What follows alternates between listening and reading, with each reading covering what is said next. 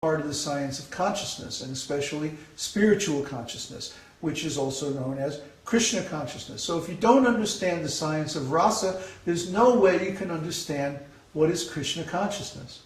And I don't know any of my god brothers, except maybe for Vishnu John, who could actually speak on the science of rasa and present it accurately. I don't know any of my god brothers, any of the gurus, any of the big administrators, temple presidents. I don't know any of my god brothers who can speak on the science of rasa without making a fool of themselves. Right?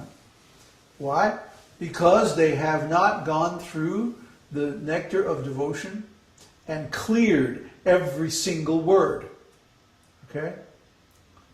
When I constructed those transcendental ontologies that are in the Transcendentology book back in 2003 in San Francisco, I went through the whole, well, at least the last section of Nectar of Devotion, and I specifically defined and cleared every single term.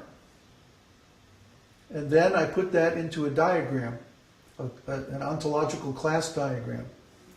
And that is the substance and the root of the work in transcendentology. Right? Really, transcendentology, you could say it means a scientific description of Krishna consciousness. What is Krishna consciousness? Well, Krishna consciousness means so many things depending on the specific rasa, the specific relationship that one has with the Lord. Now I said the beginning of that relationship is, I am a servant of Krishna. But that's only the beginning. Being a servant of Krishna has many, many, many subtle shades of meaning.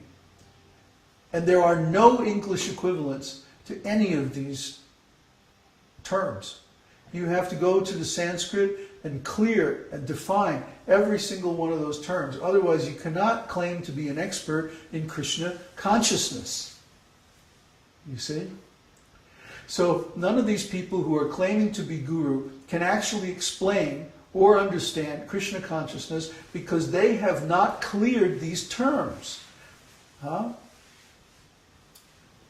It's so simple. It's so direct. It's so clear. If you understand. Huh?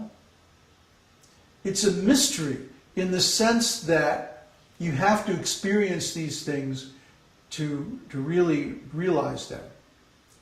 But the beginning of experience is knowledge.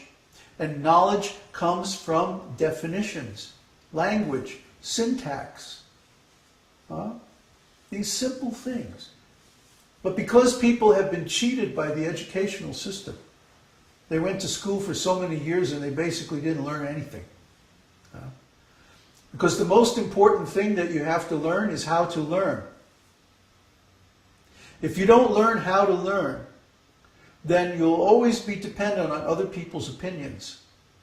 And you'll simply become an expert at selecting certain opinions that you like, and then repeating those opinions to others and thinking that that's knowledge. But that's not knowledge at all, because you can't explain what it means. This is why definitions are so important. Definitions are part of an ontology. In fact, an ontology, one way to look at an ontology is a very complex system of definitions that describe a certain range of knowledge or experience. You see? So the definitions given in the Nectar of Devotion describe the range of experience that we call rasa. Rasa also means the emotional taste of Krishna consciousness. See? And when you start to understand these terms, you're going to realize that, oh, actually, I have been feeling these things all along. I just didn't know what to call them. And because you didn't know what to call them, you don't remember them either. You don't put them into relationship with other things because you have no tags, you have no symbols, you have no words to describe them. Huh? Like if somebody said, well, what did you dream last night? well, I dreamed about this thing, and it was sort of like weird, and then this other strange stuff happened. How do you describe your dreams? Unless your dreams are very, very ordinary and pedestrian. But if you have really cool dreams at all, you go, there's no way to describe. And so guess what? The dreams that you don't have any words to describe are the ones you forget at first.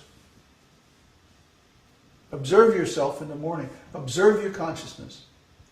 And you'll see that the easy to understand, simple, ordinary dreams are the ones that you can easily bring into waking consciousness.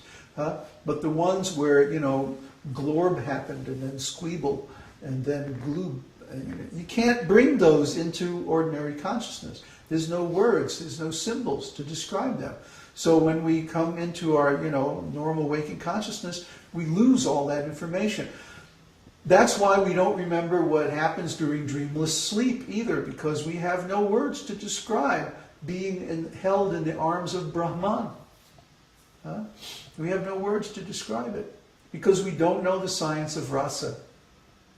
We miss it. We meet God every night. We miss it.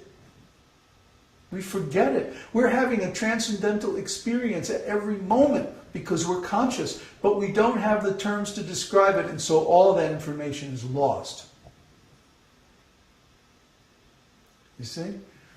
We are transcendental beings, so we are having a spiritual experience every moment. Our relationship with Krishna is eternal. It's going on right now. But because we don't have the terms to describe it, we lose it. We go into denial about it. We go unconscious. When you encounter a misunderstood term, you literally go unconscious. And once you start working with the dictionary and looking things up, you'll start to observe this in yourself. When you come to a term that you don't understand, I don't mean a term that you don't know, but a term that you don't understand, like one of these little relationship words that you have misdefined. You'll watch, you'll see, you actually go unconscious. You lose consciousness for a second. And if you keep going over and over that material to try to understand it without looking up the word and getting the definition, you will eventually get so sick and tired of it, you want to close the book and run out of the room and do something else. These are all symptoms of misunderstood terms, symptoms of unconsciousness. It actually creates a trauma. Because the definition of a trauma is an experience that is accompanied by pain and or unconsciousness. See? The unconsciousness is a kind of pain. Because when you're not fully conscious, then the soul feels inconvenienced. You see? We want to naturally be in our full, normal, blissful, ecstatic, spiritual consciousness. But because we're in touch with this material world, our consciousness becomes diminished. Because why? We are not aware of, means unconscious of, our actual relationship with Krishna. Because we don't have the terminology to describe it. We don't have the system of knowledge to be able to fit it into some relationships with the other things we experience. We're completely unconscious of our actual experience in the realm of Krishna consciousness. Guess what? We're all Krishna conscious. But because we don't have the terminology to describe it, we're in denial about it, and it goes into unconsciousness, and that becomes painful. And that's why when we talk to people about God, they go, oh, do we have to talk about this? Can't we talk about something else like football? Why? Why don't people want to hear about God? Because they're in denial about their unconsciousness about God. It's painful to them. It's actually painful. So when we bring up these subjects, they become agitated. They don't want to talk about it. You see? Just like nobody wants to hear that you have to look up every word in Bhagavad-gītā. Why? It's going to highlight, it's going to bring you into confrontation with the fact that you are unconscious. And nobody wants to know that. Nobody wants to see that. It's painful. But growth is always painful. No pain, no gain. If you're lifting weights, You have to push it until the last possible repetition to get the real benefit. Similarly, if you want knowledge, you have to confront the fact that you don't know. And this is very painful. Our false ego is, oh yes, I am the knower. No, you're ignorant. You're ignorant because you don't see Krishna standing in front of you every moment. If you don't see like that, if you don't see how you're in relationship with Krishna at every moment, you're not Krishna consciousness. You're unconscious. You're not the knower. You're ignorant. And nobody wants to see that about themselves. Nobody wants to confront that about themselves. It's painful. We understand this. That's why we have to repeat these things again and again and again. These simple lessons that actually everybody should know by now. Because there's a tremendous resistance to seeing oneself as being ignorant.